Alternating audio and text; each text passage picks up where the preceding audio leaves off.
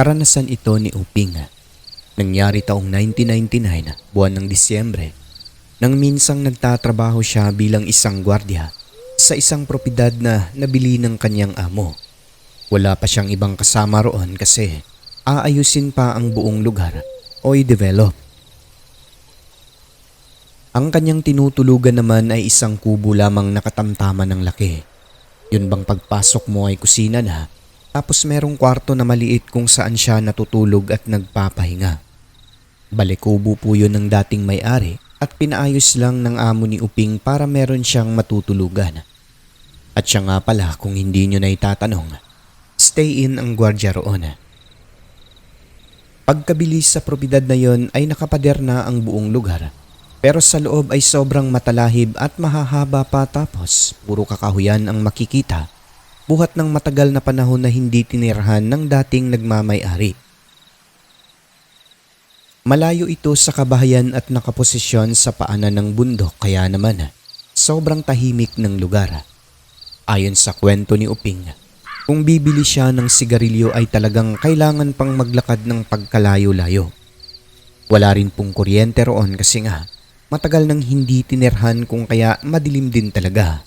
Ang gamit niya noon ay flashlight lang at kandila, na kung hindi ka sanay sa tahimik ay talaga namang mababagot ka sa lugar na yon, lalo na't nakapader pa ito na may kataasan. Pero dahil Disyembre nga ang buwan na yon, kahit papano ay may naririnig siyang mga paputok. Nang mga panahong yon, pagpatak pa lang ng Setyembre, abala na ang mga kabataan sa paggawa ng mga paputok na yari sa kawayan. Kung baga, kahit ilang buwan pa bago ang Kapaskuhan at Bagong Taon, nagpapaputok na ang mga tao, sinyalis na papalapit na ang Pasko.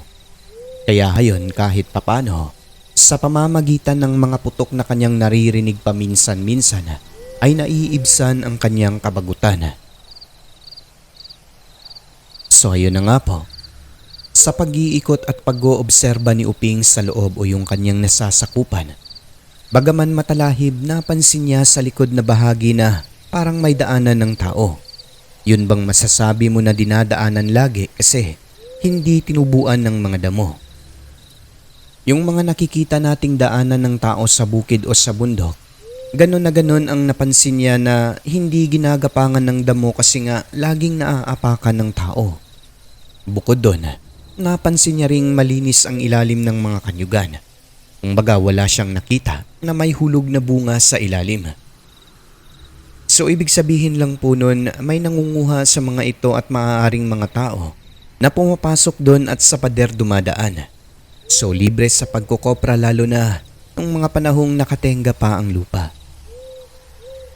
Sa lugar na yon, bingid sa kaalaman ni Uping, may naninirahang bantog na aswang, pero ayon sa mga residente ay hindi naman daw nang aano ng mga kapitbahay. Nalaman niya ito base na rin sa kwento ng may-ari ng tindahan na kanyang nakausap na madalas niyang binibilhan ng sigarilyo. Noong maliit pa lang si Uping, ayon dito, malimit niyang naririnig ang pananakot ng kanilang lola tungkol sa mga aswang. Huwag nang lumabas ng gabi dahil dadagitin daw sila nito. Mga katagang naririnig sa bibig ng lola, lalo na kapag gumagabi na. Ngunit sa paglipas ng panahon, nagkaroon na lang ng kulay puting buhok sa ulo, ay hindi naman po siya nakakita ng aswang. Oot may mga naririnig na huni kung minsan, pero hindi siya naniniwala na nagmumula ito sa aswang na umiiral ang mga nilalang kasi nga wala pa siyang nasisilayan. Saad pa nito, ang mga huning ganyan ay tanging mga ibon lamang. Hanggang sa may mga pangyayari noon na talaga namang nagdulot ng kilabot sa kanyang katauhan. Kung dati ay hindi naniniwala sa mga sinasabing aswang, matapos ang pangyayari na yon, nagbago ang lahat. Sa lugar kung saan siya naka-assign, lumipas ang ilang linggo noon. Tulad ng kanyang unang hinala, isang araw, may namataan si Uping na mga binatang umakyat sa pader sa likod na bahagi ng lugar at pumasok sa loob. 6 ang bilang ng mga ito, 4 na binata, mga 20 pataas ang edad, at may 2 kasama na mga edad 9 hanggang 10 taong gulang lamang. Nagulat pa nga siya noon kasi sa murang edad ng mga bata bihasa kung umakyat sa pader. Siyempre bilang gwardya, sinita niya ang mga ito at pinagsabihang simula ngayon ay hindi na pwedeng manguha ng kung ano-ano sa loob tulad ng mga bunga ng niyog kasi nga iba na ang nagmamay-ari ng lupa at ipinagbabawal din talaga ng amo ni Uping na may mga taong papasok doon basta-basta at manguha ng kung ano-ano nang walang pahintulot. So ayun na nga, habang pinagsasabihan niya ang mga ito na bawal ng magnakaw, napansin ni Uping na yung apat na kalalakihan sa ekspresyon pa lang ng mukha kasi hindi umiimik, halatang dismayado at galit. So ang ginawa niya matapos noon, pinalabas ang anim at dun mismo sa gate pinadaan. Pero kahit nagbigay na ng babala, ilang beses na namamataan ni Uping na umaakyat pa rin sa pader ang mga kabinataan na yon na pasilip-silip. Pinapagalitan niya at pinagsasabihang bumaba, wag nang pumasok dahil sa pwede silang mabaril. Simula noon, may mga gabi na binabato ang gate nila. Hinahayaan na lang ng gwardya kasi nga gate lang naman yon at isa pa, hindi siya taga roon. Sa isip-isip niya walang ibang gumawa nun kundi yung mga binatang pinagsabihang wag nang pumasok at magnakaw. Bahala na aniya magbato-bato ang mga ito sa gate. Ang importante ay hindi napapasok sa loob.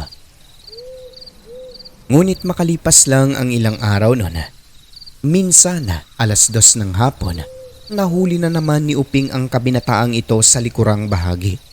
Nasa puntong yon, meron ng mga pasan-pasan na maraming bunga ng niyog na hinahagis papunta sa labas. Ang ginawa ng gwardya, nag-warning shot siya ng isang beses diretso sa lupa. Doon lamang nahinto ang mga binata pagkatapos ay nagsipulasa ng takbo paakyat sa pader. Akala mo mga pusa lang na walang kahirap-hirap umakyat hanggang sa tuluyang makalabas. Dito na nag-umpisa ang lahat. Nalaman na lamang ng gwardya na yung dalawa pala na binata na nagngangalang Janjan at Niloy, mga apo ng sinasabing bantog na aswang sa lugar na yun. Ang nagsabi sa kanya, yung tindahan na binilhan niya ng sigarilyo. Aswang daw ang lolo at lola noon, tapos marunong din mangkulam. Hindi naman natinag si Uping, sa halip ay tumawa lang sa chismis. Buhat ng para sa kanya hindi totoo ang mga aswang at kwento-kwento lang. Ang nangyari kasi noon, umabot sila sa barangay pati amo ni Uping humarap sa kadahilan ng nag-aligar na binaril daw yung mga apo ng sinasabing bantog na aswang sa lugar. Sagot naman ni Uping, kung binaril idi sana'y patay na ang mga magnanakaw na yon. Depensa niya ay sadyang nagpasalba lamang sa lupa kasi nga pumasok sa loob at nagnakaw sa kabila ng mga babala. Nagkaayos naman ang dalawang panig sa barangay, ngunit matapos noon, may mga pangyayari na talaga namang nagdulot ng takot kay Uping. Isang gabi 9:00 pasado, may nauulinigan siyang huni na kahalintulad sa isang lalaking pato at malakas na pagaspas ng pakpak na animoy malaking ibon paikot-ikot sa ibabaw. At dahil hindi nga siya naniniwala pa sa mga sinasabing aswang, hindi siya nakaramdam na kahit na konting kaba.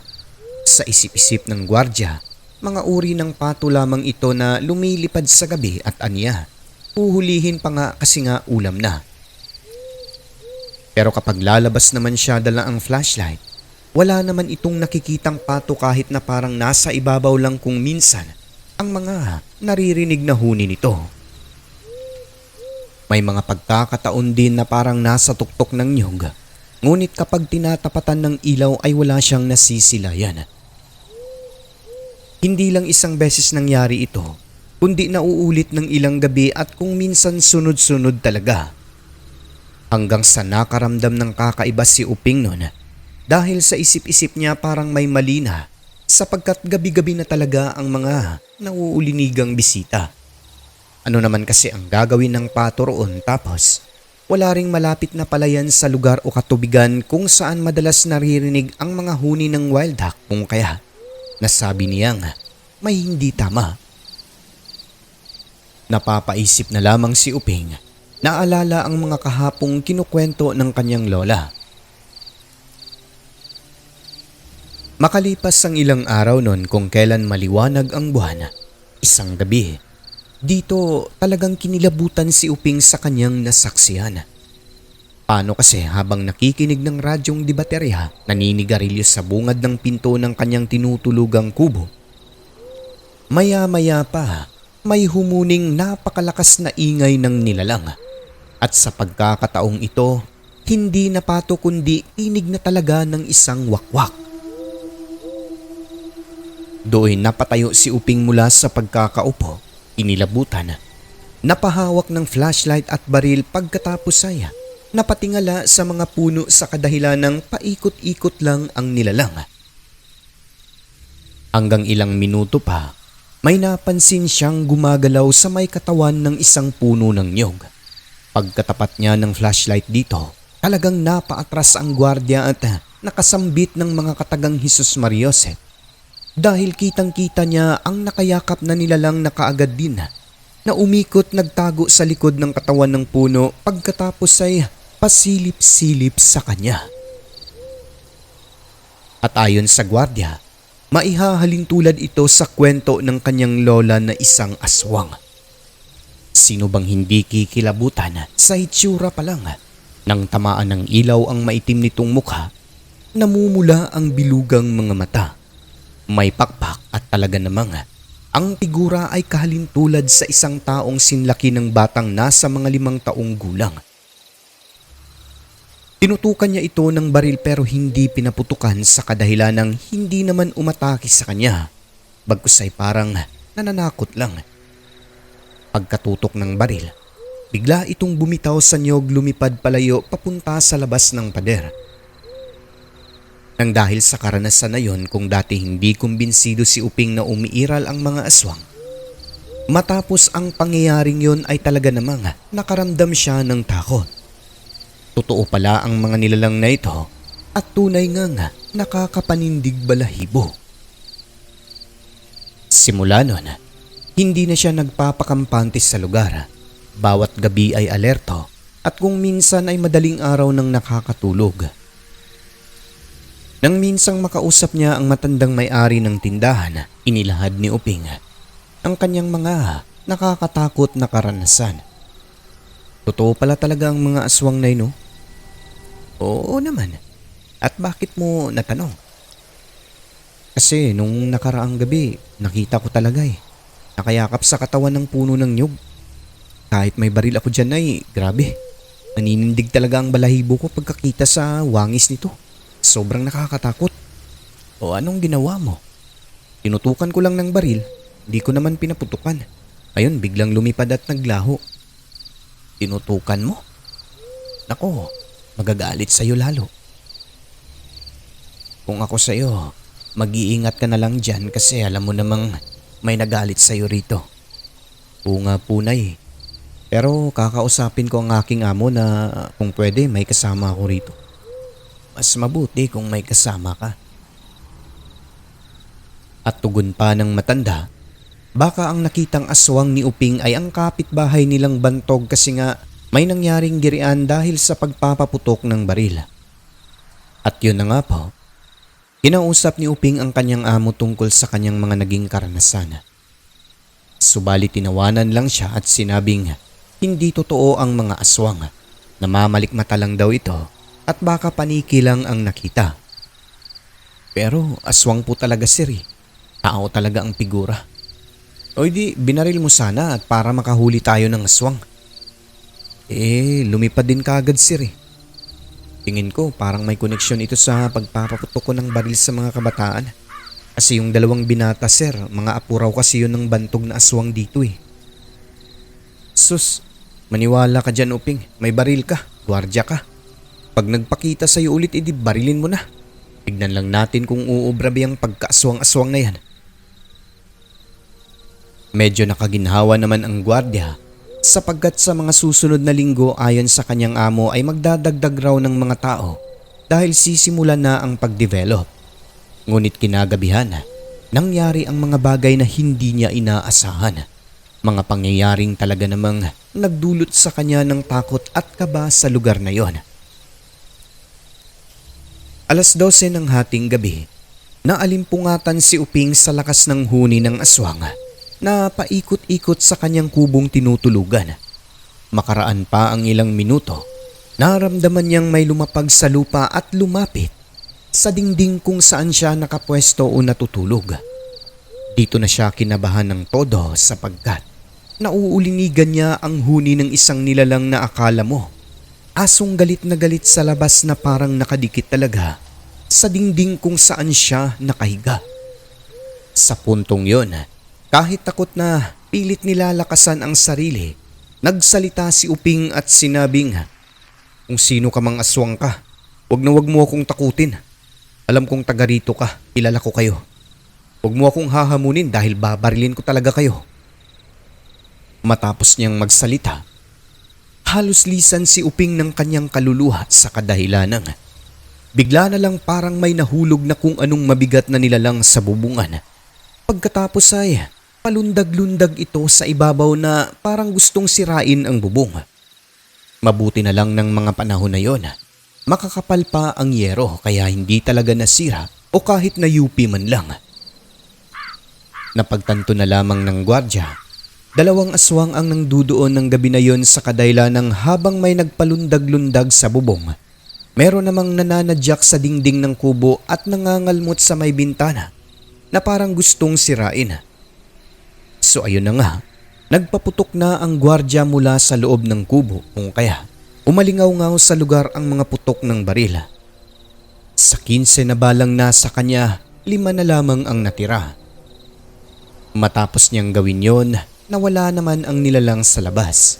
Nasabi na lamang ni Uping, takot din pala sa bala ang mga aswang subalit sa loob-loob niya. Sobrang takot na siya at halos sasabog na ang dibdib sa tindi ng nerbiyos. Nang dahil sa nangyari ay nagkabutas-butas ang bubong pati na ang dingding ng kubo. Hindi nakatulog ng maayos, hindi na rin lumabas kundi nanatili lang sa loob hanggang mag-umaga. Akala ng mga residente normal na paputok lang gawa ng papalapit na nga ang Pasko. Ngunit baril na pala ng gwardya ang umalingaw-ngaw sa kadahilanang binulabog ng aswang. At yun na nga, kahit puyat siya noon, kagad nang nag-impake si Uping umalis at dumiretso sa kanilang agency. Hindi na nagpaalam sa amo sa kadahilanang tingin niya ay hindi rin naman ito papayag na umalis siya. Nalipat ang gwardya sa ibang lugar.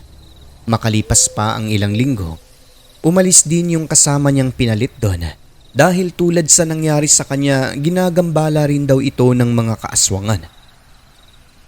Ganun pa man sa kabila ng mga nangyari, nagpapasalamat na lang sila dahil wala naman pong nangyari sa kanilang masama. Sa huli, nasabi na lamang ni Uping na ang mga aswang ay hindi kathang-isip lamang. Kaya nga may kwento ay dahil meron talagang ugat o yung pinagmulan.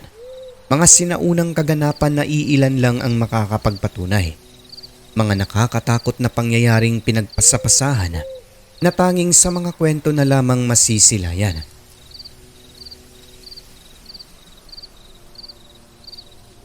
At dito na po magwawakas ang nakakatakot na istorya ni Uping. Nakakapangilabot na karanasan tungkol sa mga bantog na aswang.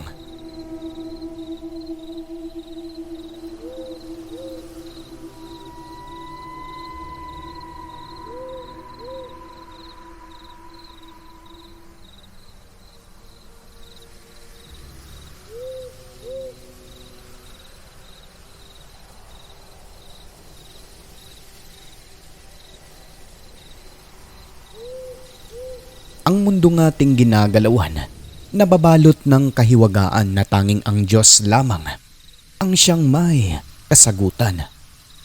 Ako po si Alex. Magandang gabi.